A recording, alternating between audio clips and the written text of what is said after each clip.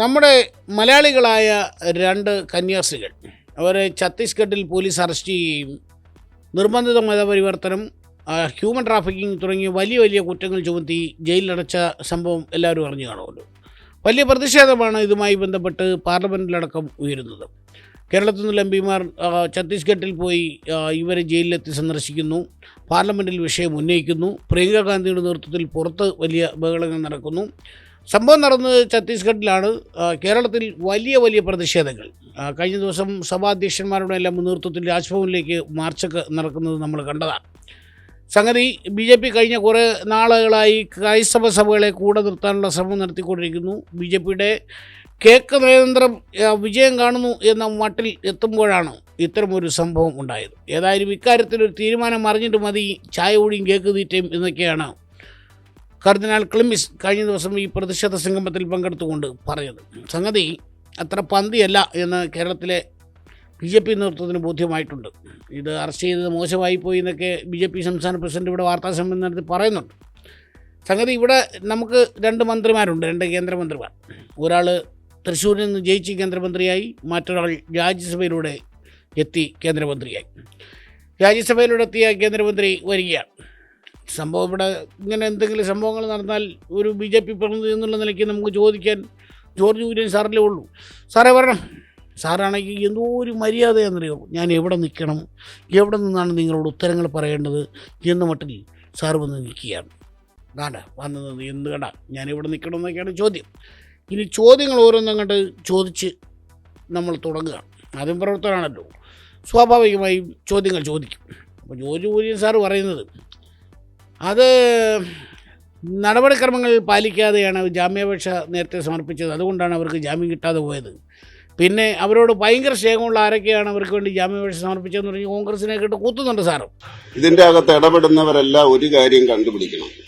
Magistrate കോടതിയിൽ ഒരു ജാമ്യാപേക്ഷ പോയി, അത് ഈ കോൺഗ്രിഗേഷന്റെ അതായത് Assisi sisters of Mary Immaculate ചുമതലപ്പെടുത്തിയ ആളല്ല. ഇന്നലെയും ഞാൻ CBCIയോട് ചോദിച്ചിരുന്നു, അത് അവരും ചുമതലപ്പെടുത്തിയ ആളല്ല. നടപടികൾ പൂർത്തിയാക്കാതെ ഒരു ജാമ്യാപേക്ഷ സമർപ്പിക്കുകയും അത് തള്ളുകയാണ് ആദ്യം ഉണ്ടായത്, ആദ്യത്തെ നടപടി. ഇപ്പൊ ഇവർക്കൊന്നും അറിയത്തില്ലാത്തതുകൊണ്ട് ഭയങ്കര മതേതരവാദികളും ക്രിസ്ത്യാനികൾക്ക് വേണ്ടി മരിക്കാൻ തയ്യാറായി നിൽക്കുന്ന കോൺഗ്രസ്സുകാര് ആറ്റുചാലിലച്ഛന്റെ നട്ടല് തകർക്കുമ്പോൾ അതിനുള്ള മിണ്ടുകല, കാരണം PFIക്കാരായതുകൊണ്ട്. പാലാ ബിഷപ്പിന് എതിരെ പ്രകടനം നടത്തുമ്പോൾ പാലാ ബിഷപ്പിന് എതിരെ കേസെടുക്കണമെന്നാണ് VD സതീശൻ പറഞ്ഞത്. അതപ്പുറത്ത് PFI ആയതുകൊണ്ട് അവരൊന്ന് പറയണം, ഈ ആരാണ് ആ ജാമ്യാപേക്ഷ കൊടുത്തത്. അതാണ് അതിന്റെ തുടക്കം. കാരണം പോലീസ് ഞായറാഴ്ച രാവിലെ തന്നെ ഈ മാതാപിതാക്കളെ കൊണ്ടുവന്നിരുന്നു. അവര് ഞായറാഴ്ചയും തിങ്കളാഴ്ചയും മുഴുവൻ അവിടെ ഉണ്ടായിരുന്നു. അപ്പൊ തിങ്കളാഴ്ച ജാമ്യാപേക്ഷ കൊടുക്കും എന്നായിരുന്നു പറഞ്ഞിരുന്നത്. അന്ന് കൊടുത്തില്ല. ഇവര് ആദിവാസികളാണ്, പാവമനുഷ്യരാണ്. അവര് തിരിച്ചു പോകണമെന്ന് പറഞ്ഞ് ചൊവ്വാഴ്ച ഇവര് പുറപ്പെട്ടു കഴിഞ്ഞപ്പോഴാണ്, അതായത് ഇവരെ ഹാജരാക്കണം കോടതിക്ക് നടപടി വേണമെങ്കിൽ. ഇവര് പുറപ്പെട്ടു കഴിഞ്ഞപ്പോൾ പെട്ടെന്നൊരു ജാമ്യാപേക്ഷ അപ്പൊ തന്നെ തള്ളി. അപ്പൊ അത് ഈ ഭയങ്കര ക്രിസ്തീയ വിശ്വാസികളും മതേതരവാദികളും ഒക്കെ ആയിട്ടുള്ള കോൺഗ്രസ്സുകാർക്ക് അറിയാമെങ്കിൽ അതൊന്ന് പറയുന്നതല്ല, മാധ്യമങ്ങളും ഒന്ന് കണ്ട് പിടിക്കണം ആ കാര്യത്തിൽ. പിന്നെ സാറിന്റെ വിധന്മാർ ചോദിച്ചു തുടങ്ങുമ്പോൾ സാർ തിരിച്ച് ചോദ്യം ചോദിക്കുന്ന മാധ്യമപ്രവർത്തകൻ ഏത് സ്ഥാപനത്തിൽ നിന്നാണെന്ന് അറിയണം. മാധ്യമപ്രവർത്തകരല്ലാതെ വെളിയിൽ നിന്ന് ആരെങ്കിലും അവിടെ ഒന്ന് ചോദ്യം ചോദിക്കുമെന്ന് ചോദിച്ചാൽ അതില്ല. പിന്നെ സ്ഥാപനം ഏതാണെന്ന് അറിയണം. ചോദിക്കുന്നവൻ കോൺഗ്രസ്സുകാരനാണോ എന്നൊക്കെയാണ് സാർ തിരിച്ചു ചോദിച്ചു തുടങ്ങുന്നത്. സാറിന്റെ വിധം മാറുകയാണ്. ഇവർ ക്രിസ്ത്യാനികളല്ലേ? ജാമ്യം കൊടുത്തോ? പറഞ്ഞു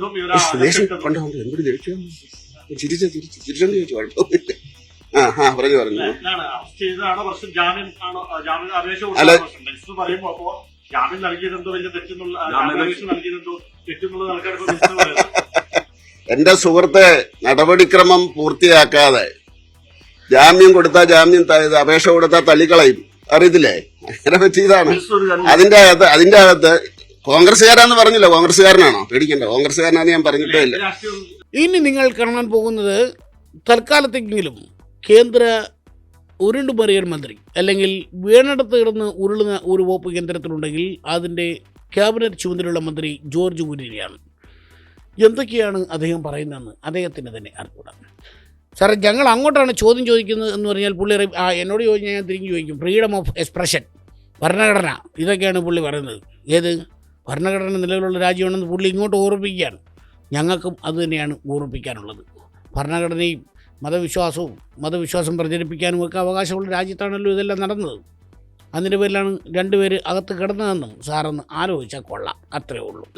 അല്ലല്ല, അത് എനിക്ക് രാഷ്ട്രീയം പറയാമല്ലോ. ഞാൻ രാഷ്ട്രീയക്കാരനാകുമ്പം രാഷ്ട്രീയ ചോദ്യം വരുമ്പം തിരിച്ചു ചോദിക്കും. ഫ്രീഡം ഓഫ് എക്സ്പ്രഷൻ അല്ലല്ല, ഫ്രീഡം ഓഫ് എക്സ്പ്രഷൻ എന്റെ സുഹൃത്ത്, ഫ്രീഡം ഓഫ് എക്സ്പ്രഷൻ എന്ന് പറയുന്ന ഒരു വഴിയല്ല, തിരിച്ചും ചോദിക്കാം. നമ്മുടെ ഭരണഘടനയിൽ അങ്ങനെയാണ്. എവിടെയെങ്കിലും പത്രപ്രവർത്തകരോട് ചോദിക്കരുത് എന്ന് എഴുതി വെച്ചിട്ടുണ്ടോ? എഴുതി വെച്ചിട്ടില്ല.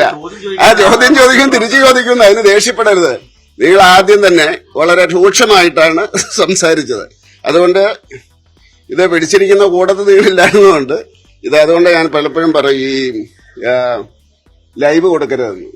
കാരണം എല്ലാ ചാനലുകളെ പറ്റി എനിക്കറിയാമല്ലോ, ഞാൻ കുറച്ച് വർഷമായല്ലോ. അപ്പൊ അതുകൊണ്ട് ആ ചാനലിന്റെ പേര് പറഞ്ഞ് മറുപടി പറയും.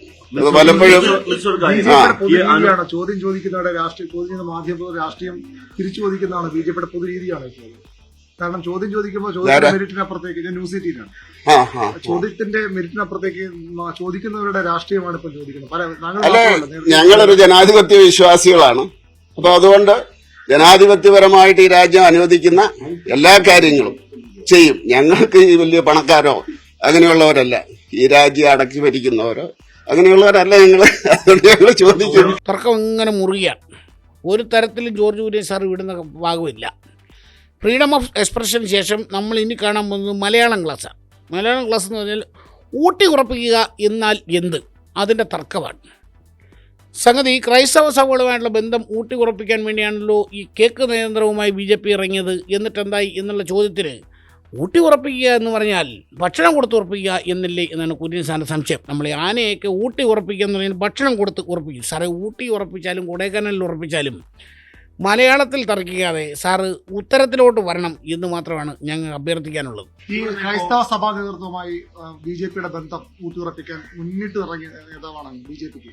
വലിയ സൗഹാർദ്ദപരമായ ഞാൻ ക്രിസ്ത്യാനിയാണ്, അല്ലാതെ എന്താ അതാണ് ചോദിച്ചത്. അപ്പൊ ഊണെന്ന് ഞാൻ പറഞ്ഞില്ല, ഊട്ടി ഉറപ്പിക്കാൻ ഊണുകയല്ല മലയാളം മനസ്സിലായി. ഡൽഹിയിലൊക്കെ അതറിയാൻ മേലത്തെന്താ ഊട്ടുക എന്ന് പറഞ്ഞാൽ അറിയാം. ഭക്ഷണം കൊടുത്തിട്ട് ഉറപ്പിക്കുന്നതിനെ ഊട്ടി ഉറപ്പിക്കുക എന്ന് പറയുന്നത്. അങ്ങനെയാ നിങ്ങളത് അന്വേഷിച്ചോ? അതെ അതിന്റെ അതുകൊണ്ടാ കുഴപ്പം. ഞാൻ സർക്കാർ സ്കൂളിൽ പഠിച്ചതാണ്. അത് മലയാളം ശരിക്കും പഠിക്കണം. ഊട്ടി ഉറപ്പിക്കുക എന്നുള്ളത് അതൊന്ന് നിങ്ങൾ വിഭജിക്കുക. അല്ലല്ല, ഊട്ടുക എന്നുള്ള ഓർമ്മയുണ്ട് സാറേ. ആനയൂട്ട്, ആനയ്ക്ക് ഇത് കൊടുത്തിട്ട് ഇവരുണ്ടല്ലോ അതിന്റെ കൊണ്ടു നടക്കുന്നവര്, അവരാ സൗഹൃദം ഉറപ്പിക്കുന്നുണ്ട്. വേണ്ടത് പിന്നെ മലയാളം അത് പോട്ടെ. നല്ല ബന്ധം ഉണ്ടാക്കാൻ മുൻകൈ. ഇനി കേക്കും, ഞാൻ ക്രിസ്ത്യാനിയാണ് സാർ. കേക്കും ചായക്ക് വേണ്ടി അങ്ങനെ വരണ്ടെന്നൊരു പറഞ്ഞായിരുന്നോ? പറഞ്ഞോട്ടെ, എന്താ അവർക്ക് സ്വാതന്ത്ര്യമില്ല പറയാൻ. അവർക്ക് സ്വാതന്ത്ര്യമില്ല പറയാൻ.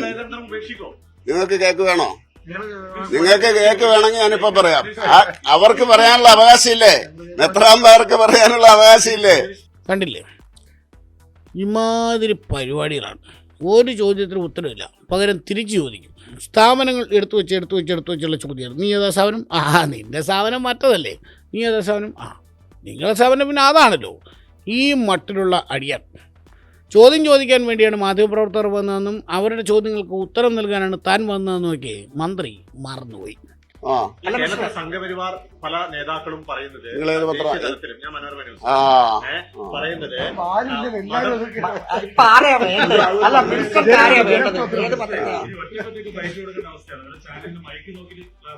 അത് വേണം. അതായത് ഇത് നിങ്ങളെ വേറൊന്നുകൊണ്ടല്ല, ഇത് ഞങ്ങൾക്ക് ആവശ്യമുള്ള, ജനങ്ങൾക്ക് ആവശ്യമുള്ളതാണ് മാധ്യമം.